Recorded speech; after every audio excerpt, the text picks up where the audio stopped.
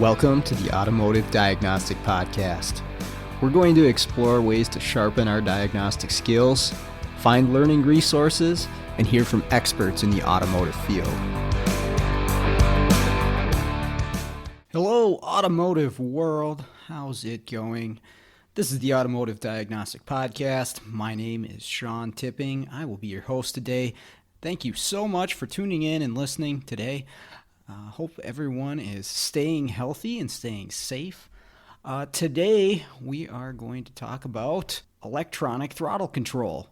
Now, we've actually already talked about this in a couple episodes where I went through some case studies, and we talked more about the electric throttle motor side of things.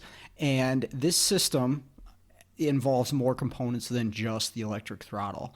Obviously, we have to have a controller involved, powertrain control module, engine control module, in order to send the command to move this throttle motor, the actual throttle blade. And we have the sensors that are on that to tell the PCM where that throttle blade moved to. Is it open, closed, somewhere in between? But the other side of this that we haven't really talked a whole lot about is the accelerator pedal position sensor. So we need an input in the first place to the PCM to tell it what the driver wants out of that throttle blade, okay? Because we don't have a physical cable connected between your pedal inside the vehicle and the throttle blade itself, so we need to send a signal. We need to have a sensor and input, and that is what your pedal is on all of these fly-by-wire systems. It is just a input. It is a sensor that is telling the computer where you have your foot on the accelerator pedal. And what I have today is two case studies, two vehicles, actually kind of similar problems, or maybe I should say similar symptoms, but two different problems. And I'm going to walk you through the case studies, but at the same time, we're going to talk about the systems, how they work, and how we can diagnose these types of circuit problems. Because I guess, spoiler alert, they're both circuit problems.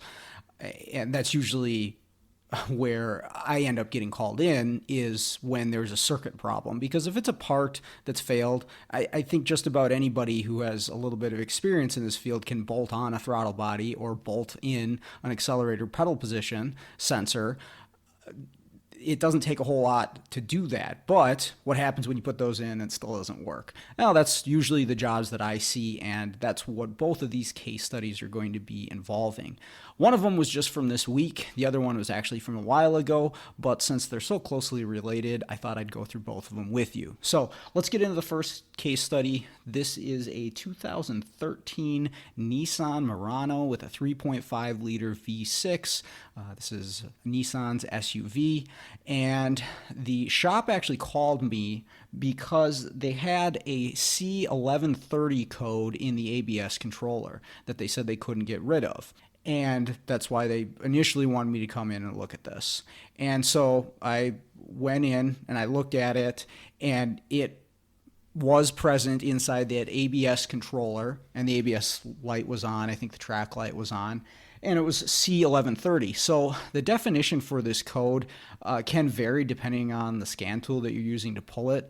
They had a snap-on scan tool, and I think it said something about engine signal invalid or something along those lines. If you look up this code in Nissan service information, it says engine signal, major engine components are malfunctioning. Okay, so what this code means is there's not necessarily anything wrong with the anti-lock brake system. The light's on, there's code there, and you're not going to be able to clear it, which was what they were trying to do. You've got a problem in another system, particularly in this case, the engine control system, where a major component failure has occurred, and it is going to affect the way that the anti-lock brakes and the traction control operate.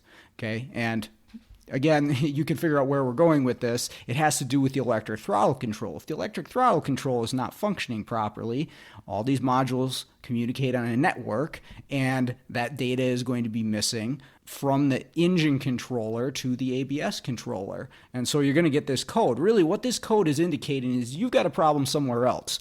Go find that problem, and then this code is going to go away, or you'll be able to clear it once you're done.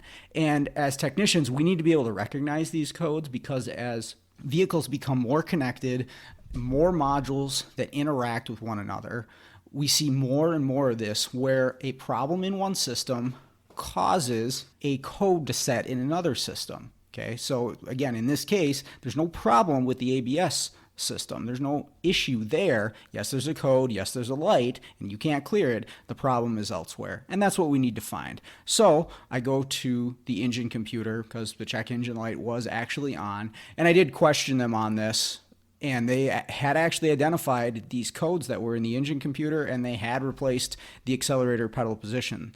The whole pedal assembly is probably what I should call it. So they replaced the pedal assembly, and I'm not really sure why they didn't recheck for codes, or they didn't notice that the check engine light was on. Yeah, it doesn't really matter at this point, but there's a new pedal assembly in there, and we still have some codes in this engine computer, which is the ones I'm going to list off to you right now. This is a P2122 and a P2138. The 2122 says APP, accelerator pedal position, sensor 1 voltage low circuit. The second one, 2138, says wrong APP sensor rationality signal. The 2122 for the low voltage circuit means that it's expecting to see some sort of a signal, some sort of a voltage on the signal wire for APP1. So what do we mean by APP1? And there's an APP2. Inside of these sensors, much like on the throttle body itself, we have dual position sensors. We're going to have two potentiometers, or in some cases, two Hall effect sensors. They can be diagnosed pretty much the same way, but the idea here is that we are not relying on just one sensor for this really safety critical system. Okay, we don't want to send a false signal to the engine computer to say that the customer is commanding wide open throttle when they're really not. That can be dangerous if the engine's running, wide open throttle when we're not actually commanding it. So we put in these two sensors. It's a redundancy, so that if one fails or one has an issue, we can basically shut down the system and put it into a default reduced power mode, which actually this vehicle was in.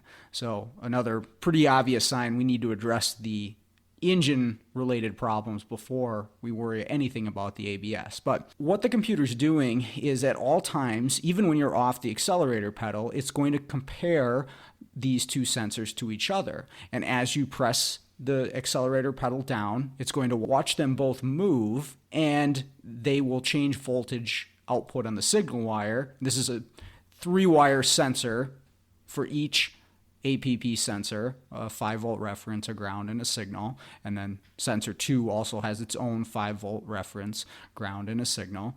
So 6 wires going into this pedal assembly, and it's going to watch the signal voltage on each of these as you move that pedal. And as one moves, the other one should move, sometimes inversely, sometimes similarly. It really depends on the application, what the voltages are going to be. So you'll need to look at your service information to figure out on one particular vehicle where this should be. But here's the thing, even at rest, even when you are off that pedal, there should be something. Now some will actually sit at a high voltage at rest. So you'll have one sensor at 4.5 volts when you're off the pedal. The other sensor is at 0.5 volt, and as you depress the pedal, they're going to move closer to each other and eventually cross and go the opposite direction. I've seen them where one will start at 0.5 volt, the other one will start at 1.5 volts, and then they both increase, but they're never at the same voltage. Something I heard at a training event one time said that you should always be able to add the two voltages together and get 5 volts. I can't say that that's 100% true, but a lot of the times I've seen it, you can actually add up sensor 1 and sensor 2, and it adds up to 5 volts at any given point.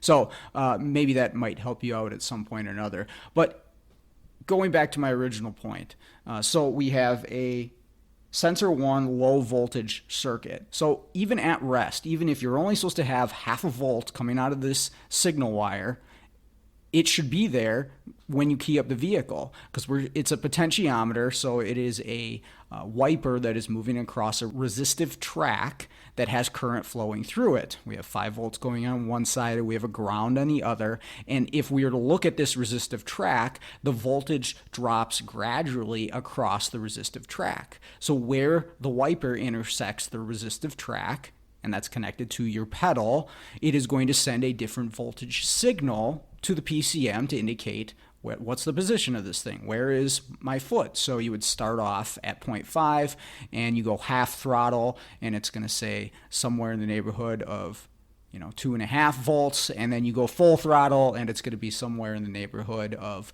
4.5 volts, just to give you an example. So at all times, the computer's looking to see, do I have a signal voltage on both of my signal wires? Not only that, but do they correlate with each other? And that's what our second code indicates, is that these voltages don't correlate with each other. Now, our signal low voltage, that could be all that we really need to go with, but it's giving us a couple codes here. So the first thing I'm going to do is, I'm already in there with the scan tool. I pulled these codes. Let's look at the data stream and see what the computer's seeing. Okay, because obviously it's setting a code for APP1. And again, these sensors are built into one housing. It's one part, which has already been replaced, but we have 2 signals coming out of it. So, and we're more interested in APP1 at the moment because of the low voltage signal. It's saying it's not seeing anything on that signal wire. And so I go into the data stream and I press the accelerator pedal with the key on, and I get nothing. It's 0 voltage in the scan tool. All right, so remember, this is what the computer is seeing. This is the signal wire that's gone from the accelerator pedal position sensor out to the PCM, which is up by the battery under the hood, and it's reporting it back to me via the scan tool. This is what I'm seeing, which is zilch, nada, 0. So I have a couple options here, but the easiest thing to do here is go right to that pedal position sensor. Maybe you got a bad part. Maybe it's not plugged in right. Who knows? But I'm going to go right to that sensor and start doing some tests.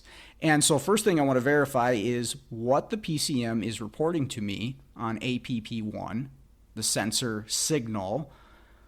Is that correct? Is that legitimate? What's actually happening on that circuit? So I'm going to back probe into the signal wire coming out of APP1. And when I do that, I have 0 voltage at the pedal assembly. So remember, let's just focus in on one sensor right now. It has 3 wires. Now the plug-in has 6 because there's 2 sensors in it, but let's focus in because this is audio and I can't show you. I'm going to try to make it as simple as I can so you can follow along with me. There are 3 wires coming into this potentiometer. There is a ground. There's a 5-volt reference that's coming from the PCM, and then there's a signal wire that goes from the APP to the PCM.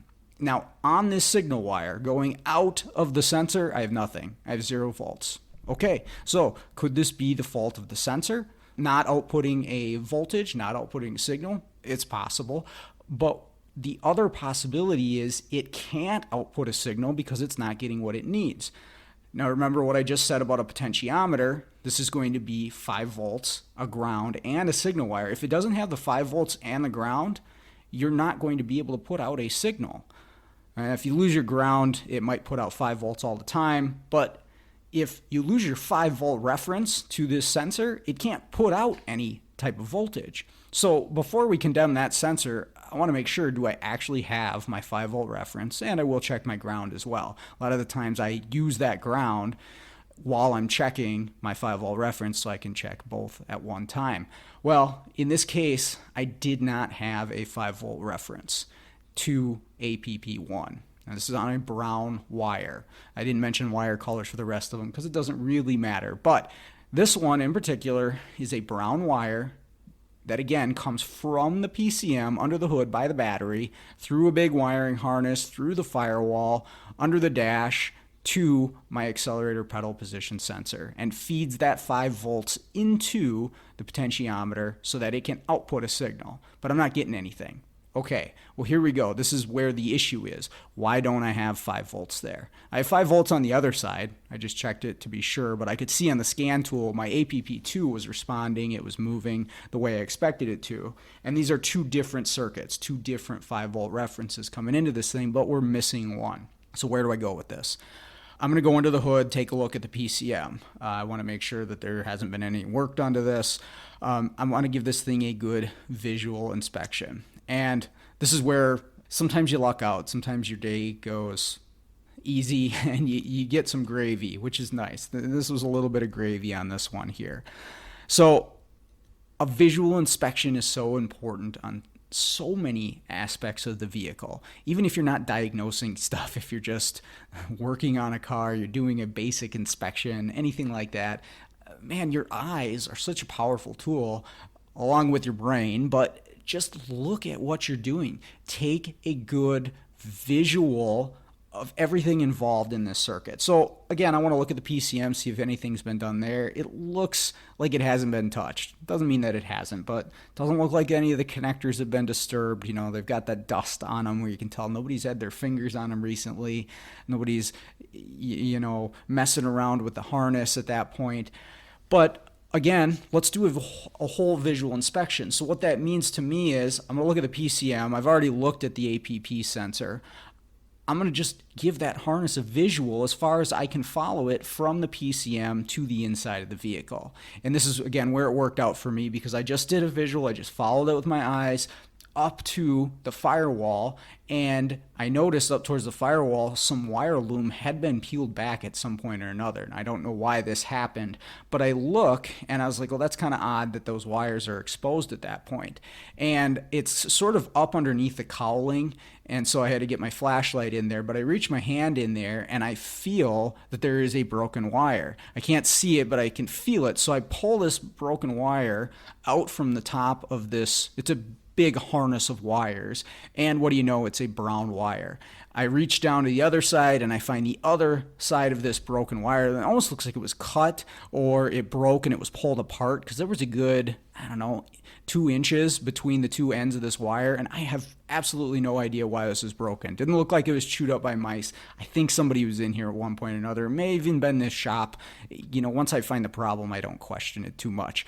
I did verify that this was my wire. The side that was coming from the PCM had 5 volts on it. Okay, great.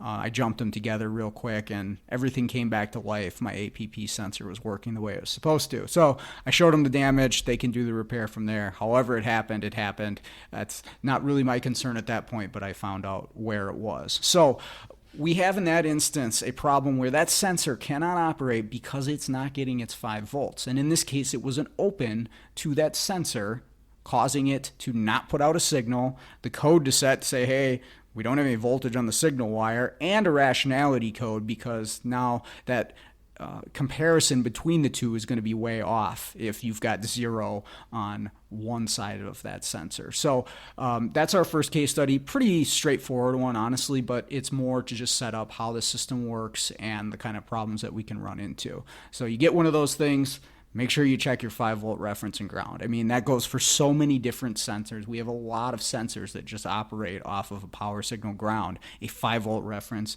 signal and ground. And if we could check these things really quick, man, it makes it easy to diagnose these problems. So let's get into the next one here. This one actually was a while ago that I did this diagnostic, slightly more challenging, but involving the same system. So this is a 2006 Pontiac G6 with a 3.5 liter V6, same engine size as the one we were just talking about, but completely different brand. This also uses an electric throttle body with an accelerator pedal position sensor pedal assembly. In this case, no parts had been replaced when I was called in. They had a reduced power light on with a check engine light, and they had codes in there for the accelerator pedal position sensor. The shop hadn't done any diagnosing on it before I got there. So I take a look at this one, and I have a P2120, which is an APP sensor 1 circuit. So very similar to the one that we had in the Nisan, but one thing that you want to do is not jump to conclusions that all the codes mean the same things across vehicle brands, or even in the same vehicle brand. The same codes, and actually this code is not identical to the other ones, but it's very similar. But the same code can actually mean different things when you're talking about different brands or even different years of a vehicle. So I always do some reading. I want to read up on the code to make sure I understand what it means in particular to that vehicle, not just a Googling of the code. We can see some pretty big differences in the actual definition of the code. And one of the things that I really stress for myself, and when I help my students try to understand this, is really understanding what that code means. Now, some manufacturers are better than others at actually giving you that information, actually telling you this is why this code sets, this is why this module is unhappy. And GM's actually pretty good on this. Other manufacturers are good on this. Some manufacturers aren't so great. Some of the European ones, they really leave you in the dark on this. But as much as I'm able, I want to find out what the heck does this code actually mean. Why does this code set? What is the computer looking at? How is it being monitored? I want to know all that stuff when I go into it because it's really going to help me diagnose it correctly. So this code P2120 says APP sensor 1 circuit.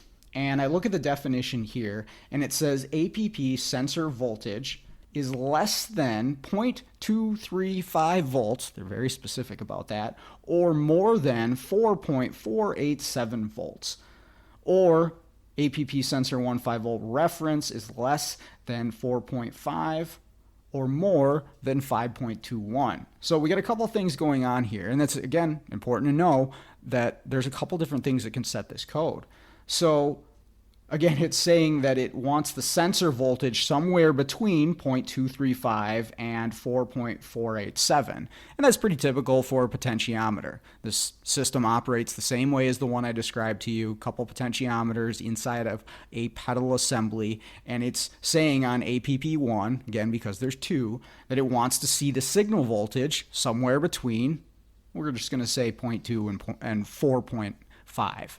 All right, that's pretty typical. On a potentiometer, you don't see it go all the way to 0 or all the way to 5. It's going to set a code there because it's going to say, I've got an open or some sort of short that's causing that high or low voltage. And that's kind of what this code's indicating, but there's also something that says sensor 1 5-volt reference is less than 4.54 or more than 5.21. Now, we use a 5-volt reference in computer systems and sensors because it is a reliable reference, because we're not going to lose 5 volts on the system.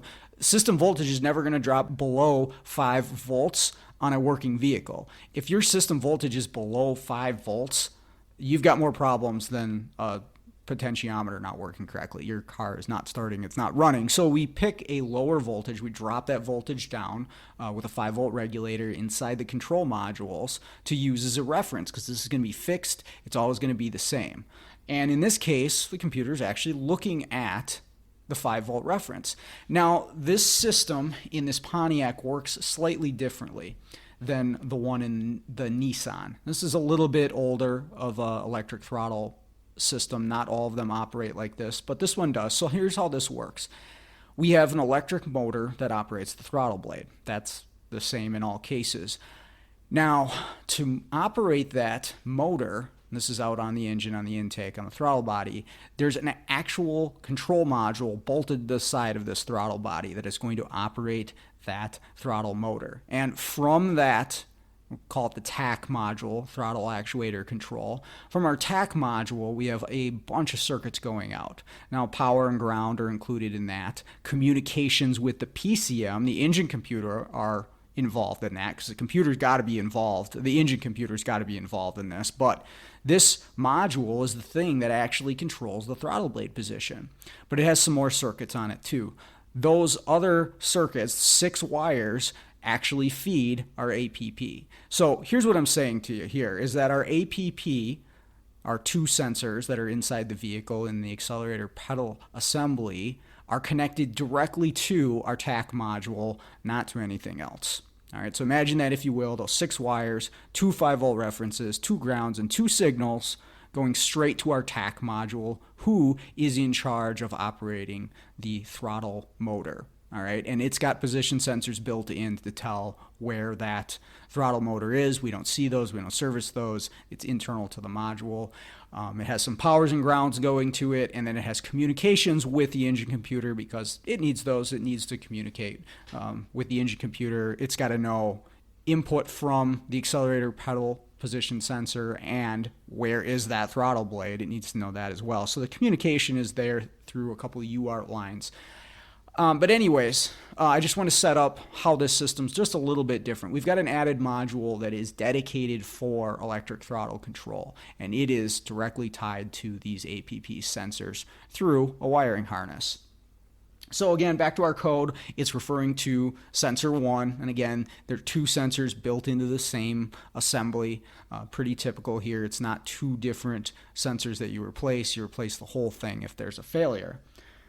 So I want to do some checks here just like I did on the Nisan, all right? So I checked my scan tool data, and same thing that I saw with the Nisan, I've got no output from APP sensor 1. So far this is shaping up to be pretty much the exact same thing as what we were dealing with, but we'll take a turn here in just a little bit. I do the same thing that I did with the Nisan. I go straight for my APP sensor, and all I'm going to start doing is checking signals, and I'm going to zero in on the signal wire for APP1 because that's what we have a code for. That's the one that's not producing any voltage, and I have 0 volts on there. Okay, so I'm seeing the same thing that the computer's seeing. No output on my signal wire. So is it a bad APP? The pedal position assembly? Possibly, that could be it. But again, we want to check for our 5-volt reference and our ground because that sensor cannot function unless it has a 5-volt reference and it has a ground.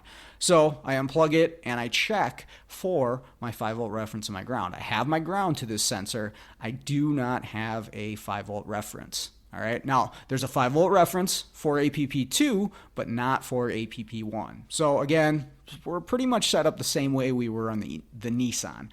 We've got no 5-volt reference in here, so that potentiometer has no chance of actually functioning the way that it's supposed to.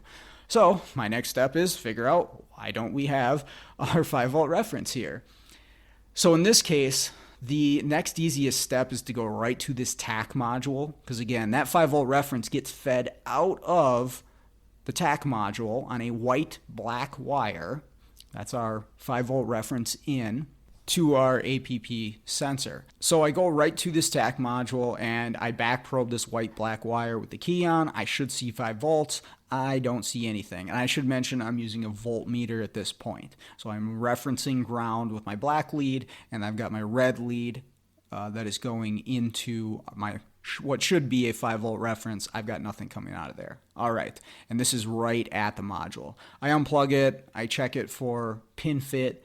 Nothing's there. I check the powers and grounds to my TAC module. Everything's there. So do I have a bad throttle actuator control module? Okay, because it's supposed to spit out this 5-volt reference for this sensor.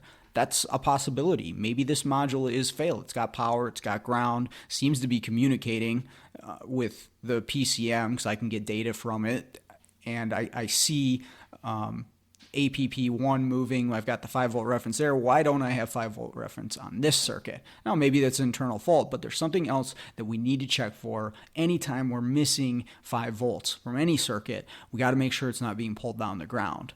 I'm somewhat confident. I shouldn't say I'm really confident at this point, but I'm not suspecting an open at this point because I don't have 5 volts on either side of the circuit. Remember, it goes TAC module, wire, APP sensor. I've got 0 on both. I don't have 5 volts coming out of the control module like I'm supposed to. But what if that wire is being pulled to ground? It is shorted to ground somewhere. That is going to pull that 5 volt down to 0. Now, I could do a couple things. I could depin that connector, turn the key on, and then see if I'm getting 5 volts out of the control module. That's an option to do that test, just to see if the module is functioning. But there's another thing I can do too, and that is just go right to checking for a ground on that wire. Is this wire shorted to ground? So what I do is I change where I'm referencing my meter. So You can do this with either lead. You just have to deal with a negative symbol. But all I did was I took my black lead for my voltmeter, which is set on DC volts. I put that black lead on the positive post of the battery instead of the negative. And now I have this wire. I should mention I have this wire disconnected from both ends. So I unplug the APP sensor. I unplug the TAC module. Because who knows, maybe one of those is pulling it to ground. I'm not sure at this point, but let's just see if the wire itself is shorted to ground somewhere. That's my first check here.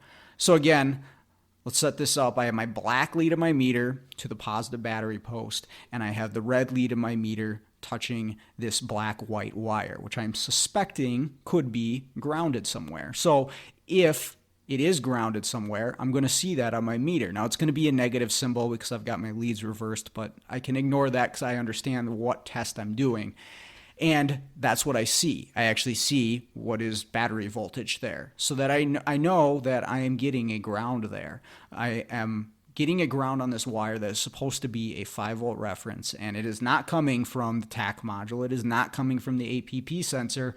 It's got to be shorted to ground somewhere between those two. Now, this goes into a big harness and all the way inside the vehicle. One other thing I did here is I took my test light and I actually powered up my test light because I wanted to see, is this just a straight short to ground? I assumed it was through my meter, but one thing you want to be careful of when you're doing circuit tests with a meter is just remember that it takes one strand of wire to show you voltage on a meter. And what I mean by that is, this is more important when we're loading circuits for outputs, but I remember it at all times when I'm using my voltmeter. Here's what you can do. Try this with your voltmeter at home. I can connect the black lead of my voltmeter to a negative post of a battery, and then I can hold the red lead of my meter in my left hand. Just hold the meter up in the air, touch the metal part of it with your fingers, with your skin, and then take your right hand and touch the positive post of the battery. You will see voltage on that meter, okay? You may see battery voltage. You may see 10, 12 volts, something like that on that meter. Now, you're never going to actually conduct anything, but the meter is going to show that. So open circuit testing, we all know, isn't always the best way to go with a voltmeter. So really what I'm doing here with this test light is I just want to confirm that I definitely have a short to ground. So I'm expecting when I power up my test light and I touch this wire that I suspect is shorted to ground, my test light should light, right? If there is a path to ground, it is going to illuminate that test light, and that'll confirm to me, yep, I got this thing rubbed up against a piece of metal, or it is pinched somewhere where it's got a good connection to ground. But I don't find that. And that's kind of where this one went a little weird. I expected my test light to light, but it did not. Here's what did happen, though. I heard an audible click from inside the relay box under the hood, because I'm standing under the hood when I'm doing this. Again, powering up my test light, and I'm touching my test light to this white-black wire, which is supposed to be a 5-volt reference, but we've determined, or at least assumed, that it's shorted to a ground somewhere. But when I touch that wire, which I assume is shorted to a ground, my test light doesn't light, but I hear a click in the relay box underneath the hood. So what's happening here? Well, I don't know immediately at this point, but I want to find this click because I have this wire disconnected, and according to the wiring diagram, this is the only place this wire goes. It's from the APP to the TAC module. I've got those unplugged. So could this be involved with some sort of short? Yeah, definitely. I want to figure out what's going on here. So every time I touch this, I hear a click. So I'm touching it and I'm listening for the click, and it's a relay. That's what's actually making the click here. So let's figure out what relay, and maybe that'll point me in the right direction. So I start feeling around on these relays as I'm touching the wire with my test light. I'm sending power through a bulb onto this circuit, and I'm activating a relay. So I find the relay, and the relay that is clicking is the stop lamp relay. And this is a relay that provides power to the actual brake light bulbs when you press the pedal. There's an input that's sent to it to apply current to these bulbs. But when I'm touching my 5-volt reference wire for the throttle control, it's activating the stop lamp relay. Well, this is very odd. I think I need to look at a wiring diagram just to see what's going on. So I look at the wiring diagram, and I know I must be on the control side of this relay. Okay, I'm assuming I'm shorted in somehow to this relay. I've got to be. There's no coincidence that this is happening.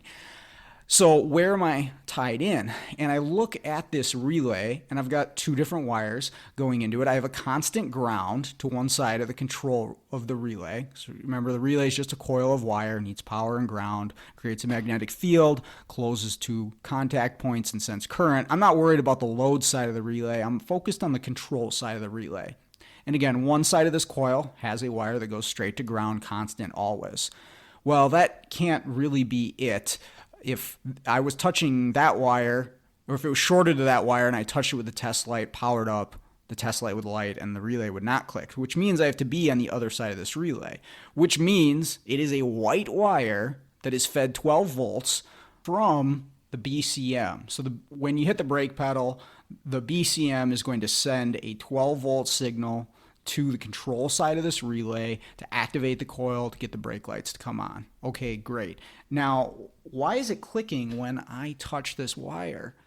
Well, I have to be shorted to this white wire because if I were to apply 12 volts to the white wire going into this stop lamp control relay, that would activate the relay. That would make it click. Okay, so that means that my white wire that goes to the control side of the relay has to be shorted to my white-black wire, which is my 5-volt reference for my TAC module. Now, how is this shorting it to ground? How is it pulling down this 5-volt reference? Well, while you're not always hitting the brake pedal, which means there's not always 12 volts on this circuit, but if you were to hit the brake pedal, there would be 12 volts on this circuit, and that's going to mess things up even more. But just sitting there off the brake pedal, the ground is actually being applied through the relay coil to this wire to that 5-volt reference circuit. Now, even though it's through a relay coil, 30, 40 ohms, there's a ground on the other side of that, and that is enough to pull down a 5-volt reference. And it is in this point. It's causing us to see zero. And that's the kind of one of the key points here I want you to remember is just because you see zero, you don't always know exactly what that means. Is that nothing? Is it zero? Or is it a ground? So a lot of times we need to power up our tools, change our reference to a positive source in order to identify, yeah, that wire said zero, but it's actually a ground. Or power up our test light and touch it and see that it lights and say, oh, okay, that's a ground. So zero doesn't always mean zero. Sometimes zero means ground. We need to be able to identify that as technicians when we are looking at these circuits. You can't just power stuff up and say, okay, there's nothing there because it says zero. I deal with this a lot with my students because they don't grasp that just yet. They don't see, okay, yeah, just because it's zero doesn't mean nothing's there. Anyways, that ground being applied through a relay coil onto this circuit is pulling it down to ground. So now my challenge is to find out where do these two circuits go. Now, here's the one good thing is I know what wire color it's shorted to. I know it's a white wire that is shorted to a white-black wire. I know where the relay is. I know where the plug-in is for my TAC module. I know where the APP sensor is, but I'm talking about a relay box that's next to the battery and 2 feet over is my TAC module. Somewhere in there, these two are shorted together. It's time for another visual inspection. Let's see what we can find. So I start looking, where could these two harnesses converge? Okay, big harness coming out of this relay box, follow the harness from this APP sensor down in front of the battery. This is pretty much the only location they can be. And it was hidden pretty well, but here's what I found. I had to open up a wiring loom. Someone had done some wiring repair before. Now, they did a pretty good job, and I'm going to put a picture of this up in the Facebook group, so check it out. I'll put pictures of the other fix as well. But they actually did a pretty good job of soldering and heat shrinking these wires together. It was almost perfect, but they left one copper strand, and I mean it was just one copper strand that actually poked its way out from the heat shrink. And you'll see in the picture, it's just a little bit of copper wire poking out of this heat shrink. Otherwise, it was a pretty decent repair. Well, this copper wire on our white wire, that was our wire for the control side of the stop lamp relay, had actually pierced the white black wire that was our 5-volt reference, and they were bunched up together in a wire loom that was actually secured pretty well from the elements, and that's why these two wires had actually pushed up against each other, because they were secured pretty well. It's not like these things were out just dangling in the open, but that little tiny copper strand pierced, and that was enough to cause this whole problem for a ground to pull down a 5-volt reference through a relay coil. Now again, you might have had 12 volts there at some times when you're hitting the brake pedal, but I never was during the diagnosis, and so it didn't really affect me. But if you were operating the brake pedal while you were watching this may have confused you quite a bit. But the fix was just to properly repair the wire and put it back together. We got everything back that we needed to. Our APP sensor had 5 volts on it, and the signal wire was producing what it was supposed to. Everybody's happy. Car runs great. So hopefully you enjoyed those 2 case studies. They were kind of related, so I thought I'd go through them. If you have any questions on anything, definitely post it up in the Facebook group. If you haven't checked out the Facebook group, definitely do. Just search for Automotive Diagnostic Podcast. Thank you for everybody that has joined. We'll get some discussions going there. I also wanted to mention, I live in the Twin Cities in Minnesota, if you're not familiar. I've lived here my whole life, and just like all over the country, but we're kind of the center of everything right now. There's a lot of crazy stuff going on right now. As I speak, they're utilizing the entire National Guard to come into Minneapolis to control the riots and the looting. It's crazy out there, and there's a lot of anger on both sides that's, warranted for both sides. I mean, somebody getting murdered, an innocent person getting murdered, it's just, terrible, awful thing, and people rioting and looting and destroying property. And I'm not saying that, it's one side versus the other, but there's bad people out there on both sides. But there's some really good people out there too, people that are helping, people that are protesting for a good cause, people that are trying to make changes. As far as what we can do, me personally, I want to try to find any way I can to help. But in our everyday life, I think the biggest thing is just to really just take care of the people around us. And that's not just your close friends and family. Obviously, you're probably going to take care of those people, but anybody that you're able to help in some way, to care for in some way, no matter who they are, where they came from, do what you can. And I think, and on a small level, that's where we can really start to change, maybe hopefully shift some of this anger away. So I'm not a politician or anything like that. That's just my personal perspective, and what I want to try to do is just help and be kind to as many people as possible. I'm going to be looking for some volunteer opportunities to help with the damage and destruction that's been done in the cities in the near future. But anyways, that's all I got for you today. So hopefully everyone's staying safe, healthy, and hopefully you're making some money too. Let's get out there and start fixing the world one car at a time, huh?